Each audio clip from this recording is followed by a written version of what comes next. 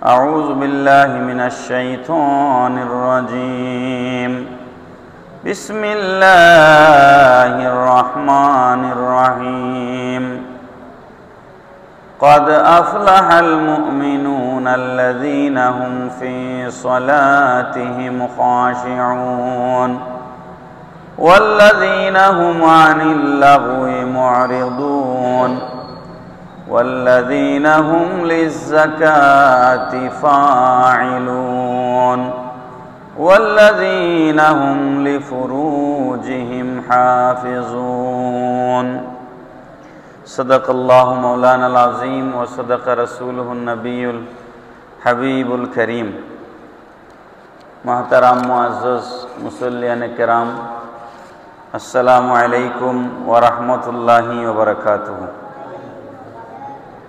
আল্লাহ পাক রব্বুল আলমিনের আলিশান দরবারে শুকুর গুজার করছি যে আল্লাহ রব্বুল আলমিন মাহে রমাদানুল মুবারকের জুমাবার দিন আমাদেরকে আল্লাহর ঘর মসজিদে আসবার তৌফিক দান করেছেন। উচ্চ আওয়াজে সকলে পড়ি আলহামদুলিল্লাহ। ইয়া রব্বি লাকাল হামদু কামা ইয়ানবাগি লিজালালি ওয়াজহিকা ওয়া কাদিমি সুলতানিক। প্যারা হাজিরিন, সময় স্বল্প, জুমার আলোচনা আধা ঘন্টা 40 মিনিট কথা বলা যায়। অনেকগুলা ইস্যু আজকে কথা বলার, জানি না কতটুকুন বলা যাবে। রমজানুল মুবারকে আল্লাহ পাক রব্বুল আলামিন আমাদের ইবাদতের সওয়াব অনেক গুণ বাড়িয়ে দেন। গত জুমায় আমি এগুলো কিছু কথা বলেছি। নফল বন্দেগি ফরজের সমান হয়ে যায়, ফরজের সওয়াব 70 গুণ বেড়ে যায়। সুবহানাল্লাহ। এই কারণে আমরা মুসলমানরা রমজানুল মুবারককে বেছে নেই জাকাত দেওয়ার জন্য। কারণ রমজানের বাইরে জাকাত দিলে আমার জাকাত আদায় হবে, কিন্তু আমরা রমজানুল মুবারককে এই কারণে পছন্দ করি যাতে করে আমি জাকাত আদায়ের সওয়াব 70 গুণ বেশি পেয়ে যাই।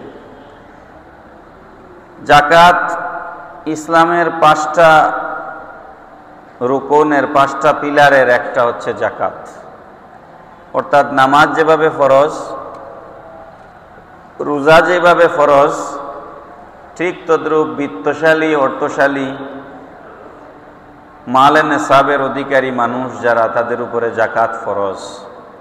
কোরআন শরীফে যত জায়গায় নামাজের আয়াত এসেছে সব জায়গায় নামাজের সাথে জাকাতের কথা এসেছে। আল্লাহ পাক রব্বুল আলামিন কোরআনুল কারীমের মধ্যে ইরশাদ ফরমাচ্ছেন, কাদ আফলাহাল মুমিনুন, কামিয়াব হয়েছে ওই সমস্ত মুমিনরা, আল্লাযীনা হুম ফি সলাতিহিম খাশিউন, যারা অন্তরে ভয় ভীতি নিয়ে খুশু খুজুর সাথে নামাজ আদায় করেছে, তারা কামিয়াব হয়েছে। ওয়াল্লাযীনা হুম আনিল লাগwi মু'রিদুন, যারা অশ্লীলতা থেকে, মন্দ কাজ থেকে, বেহায়াপনার থেকে নিজেদেরকে হেফাজত করেছে, তারা কামিয়াব হয়েছে। ওয়াল্লাযীনা হুম লিয-যাকাতি ফাঈলুন, যারা যথাযথভাবে যাকাত আদায় করেছে তারা কামিয়াব হয়েছে। ওয়াল্লাযীনা হুম লিফুরুজিহিম হাফিজুন, আর যারা জিনা ব্যভিচার থেকে নিজেদেরকে হেফাজত করেছে তারা হচ্ছে কামিয়াব হয়েছে। এইখানে কামিয়াবির শর্ত দেওয়া হয়েছে 4টা। 1 নাম্বার হচ্ছে নামাজ আদায় করা খুশু খুজুর সাথে। 2 নাম্বার হচ্ছে অশ্লীলতা, মন্দ কথা বলার থেকে, মন্দ কাজ থেকে বিরত থাকা। 3 নাম্বার হচ্ছে জাকাত যথাযথভাবে আদায় করা। আর 4 নাম্বার হচ্ছে জিনা ব্যভিচার থেকে বিরত থাকা। এই 4টা জিনিস থেকে যারা বেঁচে থাকে, আল্লাহ পাক রব্বুল আলামিন বলছেন, কাদ আফলাহাল মুমিনুন, ওই সমস্ত মুমিনরা সফল কাম হয়েছে। পড়ুন সুবহানাল্লাহ। জাকাতের বিধানের ব্যাপারে কোরআনুল কারীমে যে সমস্ত আয়াতে কারীমা এসেছে সবগুলো তেলাওয়াত করতে গেলে মূল কথা আমি বলতে পারবো না, সংক্ষেপে 1-2টা আয়াত পড়ছি। আল্লাহ পাক রব্বুল আলামিন সূরা বাকারার 43 নম্বর আয়াতের মধ্যে ইরশাদ করেছেন, ওয়াকিমুস সালাতা ওয়া আতুজ যাকাতা ওয়ারকাউ মা'আর রাকিঈন। তোমরা নামাজ কায়েম করো আর যাকাত আদায় করো, আর তোমরা রুকুকারীদের সাথে রুকু করো, অর্থাৎ জামাতে নামাজ আদায় করো। এখানে তিনটা বিষয় এসেছে। আকিমুস সালাহ, নামাজ কায়েম করো, ওয়াতুজ যাকাত, যাকাত আদায় করো, আর ওয়ারকাউ মা'আর রাকিঈন, প্রথমে একবার আকিমুস সালাহ বলে আবার ওয়ারকাউ মা'আর রাকিঈন বলে জামাতে নামাজ পড়ার গুরুত্ব আল্লাহ পাক দিয়েছেন। আল্লাহ পাক রব্বুল আলামিন ইরশাদ ফরমাচ্ছেন, খুয মিন আমওয়ালিহিম সাদাকাতান তুতাহিরুহুম ওয়া তুযাক্কিহিম বিহা ওয়া সাল্লি আলাইহিম। আল্লাহ পাক বলছেন, হে হাবিব আমার, খুয ধরুন, খুয মিন আমওয়ালিহিম সাদাকাতান তুতাহিরুহুম ওয়া তুযাক্কিহিম, তাদের সম্পদ থেকে আপনি যাকাত গ্রহণ করুন, এর দ্বারা, যাকাত গ্রহণের দ্বারা আপনি তাদের সম্পদকে পবিত্র এবং পরিশুদ্ধিত করবেন। ওয়া সাল্লি আলাইহিম, আর আপনি তাদের জন্য দোয়া করুন। ইন্না সলাতাকা সাকানুল লাহুম, আপনার দোয়া তাদের জন্য প্রশান্তির কারণ। সুবহানাল্লাহ। আল্লাহু সামিউন আলিম, নিশ্চয় আল্লাহ পাক সব কিছু শুনেন এবং সব কিছু জানেন। এখানে দুটো শব্দ এসেছে আয়াতে কারিমার ভেতরে। একটা হচ্ছে খুয মিন আমওয়ালিহিম সাদাকাতান তুতাহিরুহুম, তুতাহিরুহুম মানে হচ্ছে পবিত্রতা, ওয়া তুযাক্কিহিম মানে হচ্ছে বিশুদ্ধতা, অর্থাৎ সম্পদকে পবিত্র করার জন্য এবং পরিশোধন করার জন্য যাকাত দিতে হবে।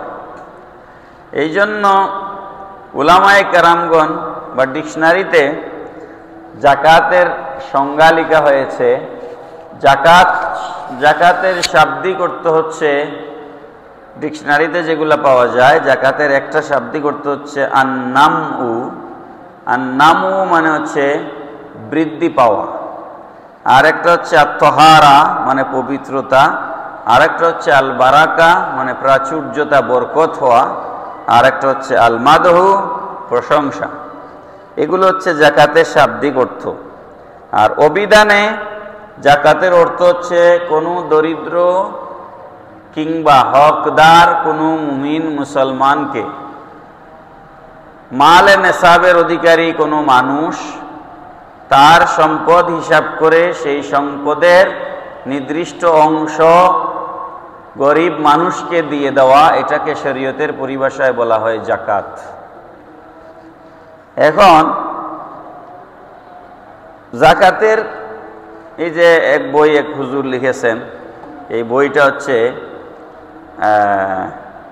144 পৃষ্ঠা। এখন 144 পৃষ্ঠা ধরে এই যাকাতের আলোচনা করা হয়েছে। আরো বই পুস্তক আমার কাছে আছে, আমি একটা উদাহরণ দিলাম। এখন এইটা পুরা বই যদি আজকে ওয়াজ করতে হয় তাইলে তো এটা সম্ভব না। এই জন্য একদম যেই কথা না বললেই না হয়, এই ধরনের মূল কথা যেগুলো আমরা যাকাত সংশ্লিষ্ট, সেই কথাগুলো আমি আপনাদের সামনে বলবো। প্রথম কথা হচ্ছে কার উপর যাকাত ফরজ, এটা আমরা একটু বুঝে নেই। যাকাত ফরজ হচ্ছে, এটা তো বলার অপেক্ষা রাখে না, মুমিন মুসলমান হইতে হবে, এটা হইল প্রথম শর্ত। আরো শর্তাবলী আছে, ওগুলা গুরুত্বপূর্ণ আলোচনার বিষয় না। সম্পদ যেটা আমার আছে, সেই সম্পদ খুব ভালো করে লক্ষ্য করবেন। মানুষের মধ্যে ভুল ধারণা আছে এবং মারাত্মক ভুল ধারণা আছে। আপনার ব্যাংক ডিপোজিট, আপনার প্রভিডেন্ট ফান্ড, আপনার সিকিউরিটি, আপনার শেয়ার বন্ড, আপনার ব্যবসার ইনভেস্টমেন্ট, যেই টাকা আপনি ব্যবসায় বিনিয়োগ করেছেন, ব্যবসার ইনভেস্টমেন্ট বিনিয়োগ, আপনার গচ্ছিত জমানো সম্পদ, ব্যবহারী জিনিস বাদ দিয়ে, আমি আবার বলছি, আপনার ঘরে ফ্রিজ আছে, একটা ফ্রিজের দাম 1 লাখ টাকা। আপনার ব্যবহারী গাড়ি আছে, গাড়ির দাম 20 লাখ টাকা, 30 লাখ টাকা, 40 লাখ টাকা। ব্যবহারিক গাড়ি, মোটরসাইকেল আছে, গাড়ি আছে, প্রাইভেট গাড়ি আছে, যেটা আপনি নিজের কাজে ব্যবহার করেন, এই গাড়ি দিয়ে ভাড়া খাটাইয়ে আপনি পয়সা ইনকাম করেন না। ব্যবহারিক গাড়ি সেটা যত দামি হোক, ব্যবহারিক ফ্রিজ, সোফা, ফার্নিচার, ঘরে যা যা ফার্নিচার আছে, এই ব্যবহারিক কোনো জিনিসের জাকাত দিতে হয় না। এটা হলো প্রথম কথা। মোবাইল 50,000, 1 লাখ, 2 লাখ টাকার মোবাইল ব্যবহার করতেছেন, এটার কোনো জাকাত দিতে হবে না। ব্যবহারই নয় এমন জিনিসের জাকাত দিতে হয়। শুধুমাত্র সোনা রূপা বাদে, সোনা রূপা ব্যবহারই হইলেও জাকাত দিতে হয়। সোনা রূপা ছাড়া আর বাকি যত জিনিস আছে সেগুলা ব্যবহার করলে ওগুলার জাকাত নাই। এখন আপনার ঘরে একটা গরু আছে, যেই গরুর দুধ দহন করে আপনি সারা বছর গরুর দুধ দহন করে খান, বা গরুর হালের বলদ আছে হাল চাষ করার জন্য, ওগুলার জাকাত নাই। কিন্তু আপনার গরুর খামার আছে, যেখানে 20, 30, 40, 50টা গরু আছে, যেই গরুর দুধ বিক্রি করে আপনি পয়সা ইনকাম করেন, ওই গরুর আপনার জাকাত দিতে হবে। যেই গাড়ি দিয়ে আপনি ব্যবসা করেন, ওই গাড়ির আপনার জাকাত দিতে হবে। গাড়ির শোরুম আছে, সেই গাড়ির শোরুমের গাড়ি বিক্রি করে যে লাভ হয় সেখান থেকে জাকাত দিতে হবে। আপনার গ্রোসারি শপ আছে, মুদির দোকান আছে, অন্য যে কোনো ধরনের ব্যবসা আছে, সেই ব্যবসার টাকার উপরে জাকাত দিতে হবে। সেটা কখন? হিসাব করে 7.5 তোলা সোনা অথবা 52.5 তোলা রূপা, 7.5 ভরি সোনা, যেটাকে গ্রামের হিসাবে 88 গ্রাম, 88 গ্রাম সমপরিমাণ সোনা, অথবা 52.5 ভরি রূপা, মানে হচ্ছে 613 গ্রাম সমান রূপা। 613 গ্রাম সমান রূপা এবং 7.5 ভরি 88 গ্রাম সমপরিমাণ সোনা, এর সমপরিমাণ, অর্থাৎ 613 গ্রাম রূপার যে দাম, অর্থাৎ 52.5 তোলা রূপার যে দাম, ওই সমপরিমাণ টাকা যদি আপনার ব্যবসায় থাকে, ওই সমপরিমাণ টাকা যদি আপনার ব্যাংক ব্যালেন্স থাকে, ওই সমপরিমাণ টাকা যদি আপনার কাছে জমানো থাকে, সেটা 1 বছর মেয়াদে। কতদিন? 1 বছর মেয়াদে। যদি মেয়াদ পূর্ণ করে 1 বছর, ওই টাকা আপনার ব্যাংকে পড়ে আছে ফিক্সড ডিপোজিট, 1 বছর পার হয়ে গেছে, ওটার আপনার জাকাত দিতে হবে। আপনার কাছে জমানো টাকা আছে, 1 বছর পার হয়ে গেছে, ওটার আপনাকে জাকাত দিতে হবে। অনেক মানুষের একটা ভুল ধারণা আছে, ঘরে যদি 7.5 ভরি সোনা না থাকে তাইলে মনে হয় জাকাত দিতে হবে না। জি না। আপনার ধরেন 3 ভরি সোনা আছে, বাকি আরো আপনার যে টাকা পয়সা আছে ঘরে, সব মিলাইয়া 7.5 ভরির চেয়ে আপনার টাকা বেশি আছে, তাইলে আপনাকে জাকাত দিতে হবে। ওটা 7.5 ভরির সাথে কোনো সম্পর্ক নাই। 7.5 ভরি হচ্ছে মানদণ্ড, 7.5 ভরি হচ্ছে নেসাব। এখানে আরো কথা আছে, যদিও হাদিস শরীফে 7.5 ভরি সোনার কথা বলা আছে এবং 52.5 ভরি রূপার কথা বলা আছে, কিন্তু ইজমায়ে উম্মত হচ্ছে, উলামায়ে কেরামের ঐক্যমত হচ্ছে, মানদণ্ড ঠিক হবে রূপার দাম ধরে, সোনার দাম ধরে নয়। কারণ বাজারে রূপার চেয়ে সোনার দাম বেশি, রূপার দাম কম। যেই মূল্য ধরলে গরিবরা উপকৃত হয়, ওই মূল্য ধরে জাকাত দেওয়া আমাদের উপর দায়িত্ব। কারণ জাকাতটা আসছেই গরিবদের উপকারের জন্য। এখন বর্তমান বাজারে 52.5 ভরি রূপার দাম হচ্ছে প্রায় 1,20,000 টাকার মতো। আপনার ব্যবহারিক জিনিস বাদ দিয়ে, আপনার ঋণ যদি না থাকে, 1,20,000 টাকা সম পরিমাণ টাকা যদি কারো ব্যাংকে 1 বছর ধরে জমা থাকে, কিংবা গড়ে ক্যাশ থাকে, কিংবা ব্যবসায় বিনিয়োগ থাকে, তাহলে ওই ব্যক্তিকে ওই টাকার জাকাত দিতে হবে। এটা হচ্ছে ফাইনাল এবং চূড়ান্ত কথা। এখন তাইলে মালের নেশাব কারা আমরা বুঝে গেছি। কি কি বিষয়ের জাকাত দিতে হয়? জাকাত দিতে হয় গবাদি পশু। গবাদি পশু যদি, আমাদের দেশে এগুলা খুব কম, আরব দেশে এগুলার প্রচলন আছে, আমাদের দেশে আছে, যারা ফার্ম আছে তাদের আছে। ছাগল বা ভেড়া যদি 40টার বেশি থাকে তাইলে জাকাত দিতে হবে। 40টার বেশি হলে জাকাত দিতে হবে, প্রতি 40টায় একটা, 40টায় একটা। উট যদি থাকে 5টার অধিক তাহলে জাকাত দিতে হবে 5টার থেকে একটা। গরু বা মহিষ যদি থাকে 30টার বেশি তাহলে জাকাত দিতে হবে 30টার থেকে একটা। এর বেশি থাকলে সেটার আলাদা হিসাব আছে। 30-এর জায়গায় যদি 60 হয়ে যায়, 40-এর জায়গায় যদি 80 হয়ে যায়, 5-এর জায়গায় যদি উট 10টা হয়ে যায়, সেটার আলাদা হিসাব আছে। সেগুলা এখন আমি আর প্রয়োজন মনে করছি না আলোচনা। ভূমির উৎপাদিত ফসলের উপরে জাকাত আছে, এটা আমরা অনেকেই দেই না, আমরা ঠকবাজ। ভূমির উৎপাদিত ফসলের উপর জাকাত, এটাকে শরীয়তের পরিভাষায় বলা হয় উসর। উসরের প্রচলন আমাদের দেশে নাই বললেই চলে। উসর হচ্ছে ধান, গম, যব, খেজুর, আঙ্গুর, এই সমস্ত ফসল যারা ফলান, এই ফসল যেগুলা উৎপাদন হয়, সেই ফসল উৎপাদনের যদি সেচ ছাড়া বৃষ্টির পানিতে ফসল উৎপাদন হয়, সেচ দেওয়া লাগে না, তাহলে সেটা দিতে হয় 10 ভাগের 1 ভাগ। কি দিতে হয়? 10 ভাগের 1 ভাগ। যেমন আপনি 10 মণ ধান পেয়েছেন, 1 মণ আল্লাহর রাস্তায় দিয়ে দিবেন। আর যদি সেচ দিয়ে ফসল উৎপাদন করা হয়, যেখানে বৃষ্টির পানিতে ফসল হয় না, এক্সট্রা সেচ দেওয়া লাগে। ওই সেচ দিলে যে আপনার যে এক্সট্রা খরচ হইল, ওই জন্য ইসলাম আপনার উপরে এহসান করেছে, আপনি সেই জায়গায় দিবেন 5%। 5% মানে হচ্ছে 20 ভাগের 1 ভাগ, অর্থাৎ আপনি 20 মণ থেকে 1 মণ আল্লাহর রাস্তায় দিয়ে দিবেন। সোনা রূপা, ব্যবসায়ের মাল, নগদ টাকা, share, bond, security, provident fund যেগুলো আছে ব্যাংকে, আমরা SBMS, FDR, নানান নামে ব্যাংকে টাকা রাখে মানুষ, এগুলোর হিসাব হচ্ছে 2.5%।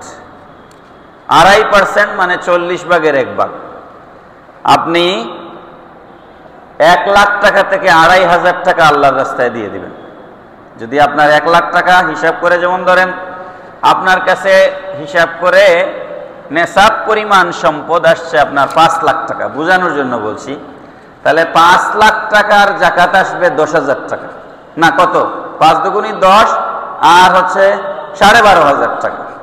12,500 টাকা হচ্ছে 5 লাখ টাকার জাকাত। এখন এই জাকাতের মেইন উদ্দেশ্য হচ্ছে দরিদ্র বিমোচন এবং ধনী গরিবের ব্যবধান কমানো। এটা হচ্ছে জাকাতের মেইন উদ্দেশ্য। আল্লাহ পাক জাকাত ফরজ করেছেন, তার উদ্দেশ্য হচ্ছে ধনী গরিবের ব্যবধান কমানো। ধরেন, একটা উদাহরণ দিলে বিষয়টা বুঝবেন। অর্থনীতিতে একটা শব্দ আছে, এটাকে বলা হয় উপযোগ। আমি বুঝাইতে পারবো কিনা জানি না, আপনাদেরকে সহজ করে বোঝানোর চেষ্টা করছি। উপযোগ, ইউটিলিটি ইংরেজিতে বলা হয়। এটা বোঝার জন্য আমি একটা উদাহরণ দেই আপনাদেরকে। যে লোক রিক্সা চালাচ্ছে, ঠেলা চালাচ্ছে, বা রাস্তায় ঠেলার উপরে সবজি বিক্রি করছে, কলা বিক্রি করছে, ফল বিক্রি করছে, সেও ঈদের সময় তার বাচ্চার জন্য নতুন জামা কিনে। আবার যিনি 3-4 লাখ 5 লাখ টাকা মাসে ইনকাম করেন, দামি গাড়িতে চড়েন, দামি বাসায় ফ্ল্যাটে থাকেন, তিনিও তার বাচ্চার জন্য ঈদের জামা কিনবেন, নিজের জন্যও কিনবেন। একজন গিয়ে 10,000 টাকা দিয়ে একটা পাঞ্জাবি কিনবেন, আরেকজন হচ্ছে 600-700 টাকা দিয়ে একটা পাঞ্জাবি কিনবেন। কি বোঝা যায়নি আমার কথা?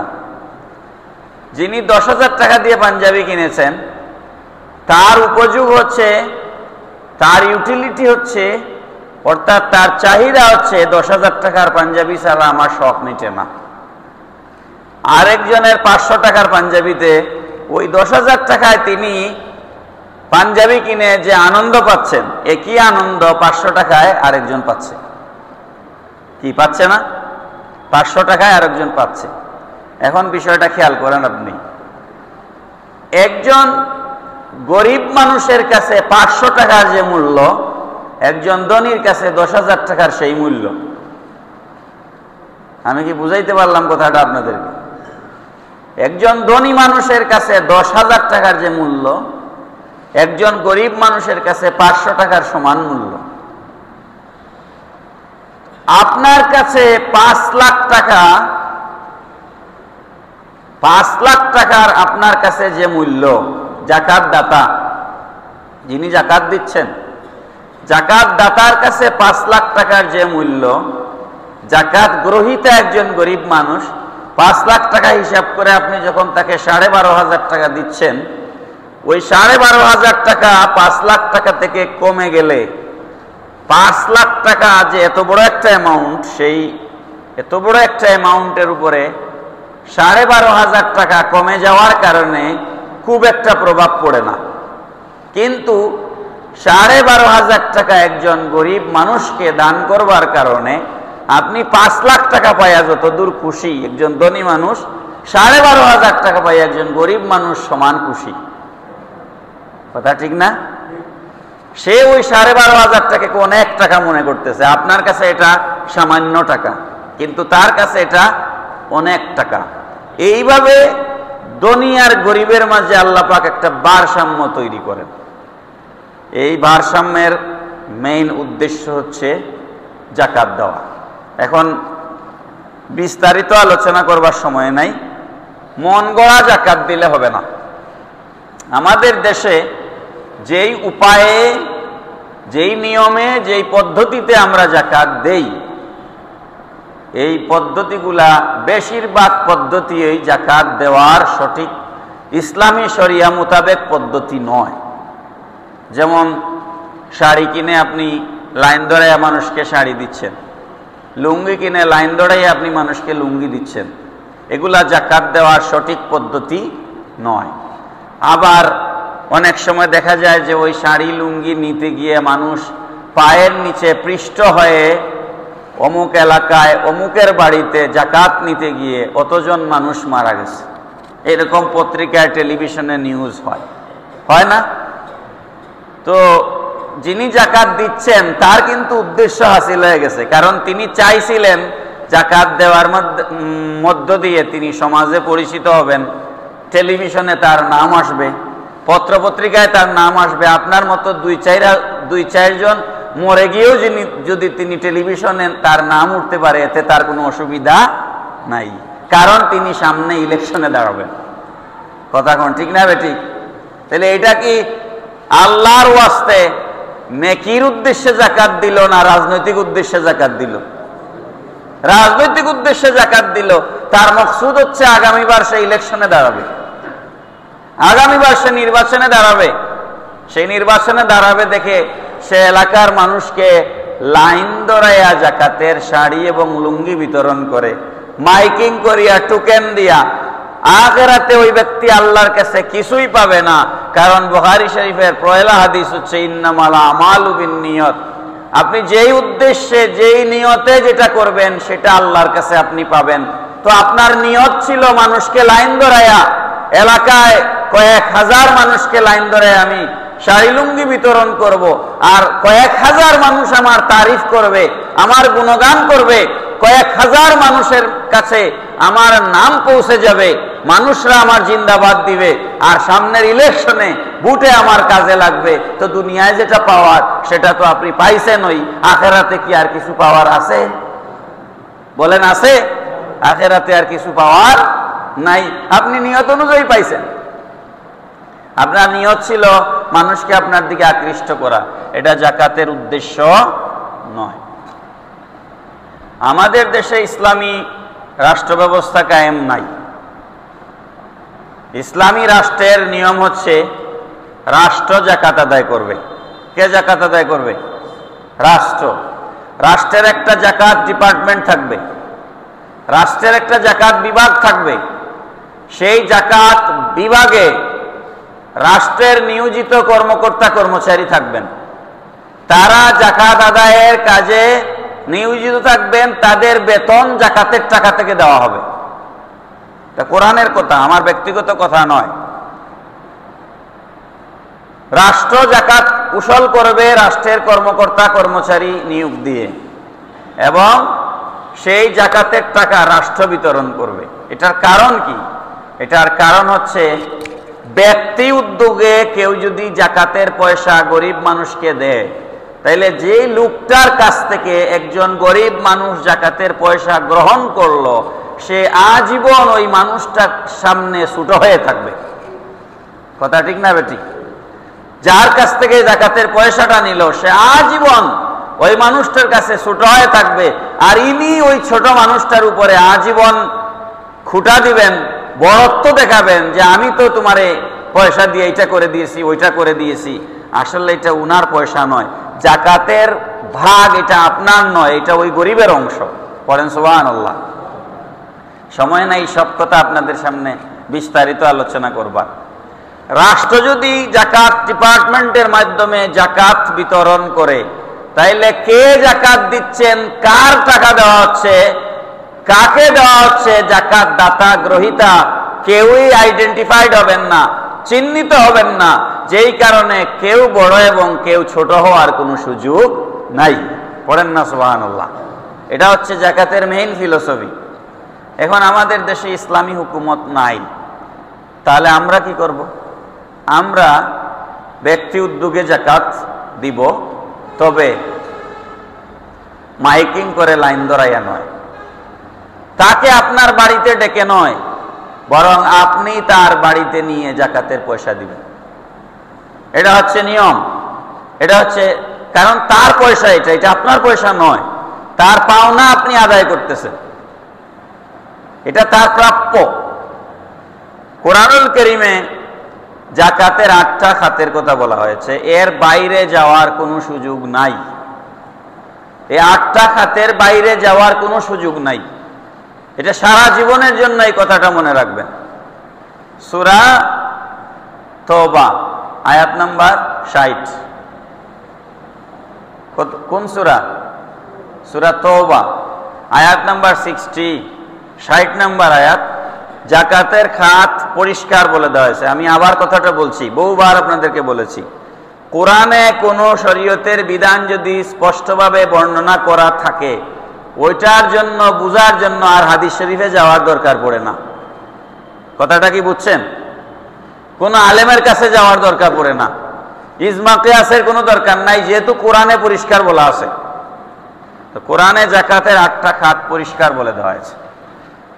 আল্লাহ পাক বলছেন, ইন্নামাস সাদাকাতু লিল ফুকারাই ওয়াল মাসাকিনি ওয়াল আমিলিনা আলাইহা ওয়াল মুআল্লাফাতি কুলুবুহুম ওয়া ফির রিকাবি ওয়াল গারিমিনা ওয়া ফি সাবিলিল্লাহ ওয়া ইবনিস সাবিল ফারিয়াদাতাম মিনাল্লাহ ওয়াল্লাহু আলিমুন হাকিম। এই হচ্ছে জাকাতের খাত। আরবিতে বলা হয় মাসারিফে জাকাত। মাসারিফ মানে খাত। 1 নাম্বার, ইন্নামাস সাদাকাতু লিল ফুকারা, ফকির। ফকির বলা হয় ওই মানুষ যে একেবারে নিঃস্ব নয়, কিন্তু সে গরিব। একেবারে নিঃস্ব নয়, তার কিছু আছে, কিন্তু সে জাকাত দেওয়ার মতো উপযুক্ত নয়, সে জাকাত খাওয়ার উপযুক্ত, ফকির। 2 নাম্বার হচ্ছে ওয়াল মাসাকিন, মিসকিন বলা হয় ওই ব্যক্তিকে যার কিচ্ছু নাই। 3 নাম্বার হচ্ছে ওয়াল আমিলিনা আলাইহা, আমিলিন জাকাত উসুলকারী রাষ্ট্রের নিয়োগ করা কর্মকর্তা কর্মচারী, তাদেরকে জাকাতের পয়সা থেকে বেতন দেওয়া হবে। তবে এটার সিলিং আল্লাহর রাসূল দিয়ে দিয়েছেন 12.5%-এর বেশি জাকাতের মোট জাকাত সারা দেশ থেকে যা সংগ্রহ করা হলো, রাষ্ট্র কালেক্ট করলো, মোট সংগ্রহিত সম্পদের 12.5%-এর মধ্যে রাখতে হবে। এর উপরে জাকাতের পয়সা থেকে বেতন দেওয়া যাবে না। এর ভিতর থেকে জাকাতের পয়সা দিয়ে বেতন দিতে হবে, নাইলে বাকি পয়সা গরিবদের হক নষ্ট হয়ে যায়। 4 নাম্বার হচ্ছে ওয়াল মুআল্লাফাতি কুলুবুহুম, অভাবগ্রস্ত মুসলিম যারা নতুন মুসলমান হয়েছে, গরিব, এরকম মানুষকে জাকাত দেওয়া। 5 নাম্বার হচ্ছে ওয়াফির রিকাব, দাস মুক্ত করার জন্য জাকাত দেওয়া। এটা বর্তমান সমাজে নাই, এটা ইসলামের প্রাথমিক যুগে ছিল, দাস মুক্তি। মানুষ কেনা বেচা যখন হতো তখন। ওয়াল গারিমিন, ঋণগ্রস্ত, সে গরিব ছিল না কিন্তু ব্যবসায় লোকসান হয়ে গেছে, যে কোনোভাবে সে ঋণগ্রস্ত হয়ে গিয়েছে, এরকম ঋণগ্রস্ত মানুষকে ঋণ পরিশোধের জন্য জাকাতের পয়সা দেওয়া যাবে। ওয়াফি সাবিলিল্লাহ, আল্লাহর রাস্তায় যারা জিহাদ করছে তাদেরকে জাকাতের পয়সা দেওয়া যাবে। আল্লাহর রাস্তায় জিহাদের উল্টা পাল্টা ওয়াজ করিয়া মানুষকে ভুল বুঝাইয়া নিজের রাজনৈতিক দলের কর্মীদের জন্য জাকাতের পয়সা নেওয়া হারাম। এটা খেয়াল রাখবেন, কোন রাজনৈতিক ইসলামী রাজনৈতিক দলকে জাকাতের পয়সা দিবেন না, দিলে আপনার জাকাত আদায় হবে না। প্র্যাকটিক্যালি আল্লাহর রাস্তায় জিহাদে আছে ময়দানে, এরকম মুজাহিদকে জাকাতের টাকা দেওয়া যাবে। তাইলে বর্তমান সময়ে কোথায় দেওয়া যাবে? ফিলিস্তিনে দেওয়া যাবে। কোথায় দেওয়া যাবে? ফিলিস্তিনের মুজাহিদদেরকে জাকাতের পয়সা দেওয়া যাবে, কোনো ইসলামী দলকে জাকাত দেওয়া যাবে না। এটা ভালো করে খেয়াল রাখতে হবে। আর 8 নাম্বার হচ্ছে ওয়াবনি সাবিল, মুসাফির। মুসাফির যে সফরে বের হয়েছে, বের হওয়ার পর সে অভাবে পড়ে গেছে, তখন তাকে পথ খরচা হিসেবে জাকাতের পয়সা দেওয়া যাবে। এই খাতগুলোর বাইরে মন গড়া আর কোথাও জাকাতের পয়সা দেওয়া জায়েজ নাই। মাদ্রাসার বিল্ডিং নির্মাণের জন্য জাকাতের পয়সা লাগানো না জায়েজ, ভালো করে খেয়াল করেন। মাদ্রাসার ভবন নির্মাণের জন্য জাকাতের পয়সা দেওয়া যাবে না। মসজিদে জাকাতের একটা সিকি পয়সাও দেওয়া যাবে না। মসজিদ জাকাত থেকে মুক্ত। মসজিদ জাকাত থেকে কি মুক্ত? মসজিদে কোনো জাকাতের পয়সা দেওয়া যাবে না। মাদ্রাসায় নির্মাণ কাজে, উন্নয়ন কাজে কোনো জাকাতের পয়সা দেওয়া যাবে না। মাদ্রাসায় যদি গরিব এতিম ছাত্র থাকে, বুঝতেছেন কথা?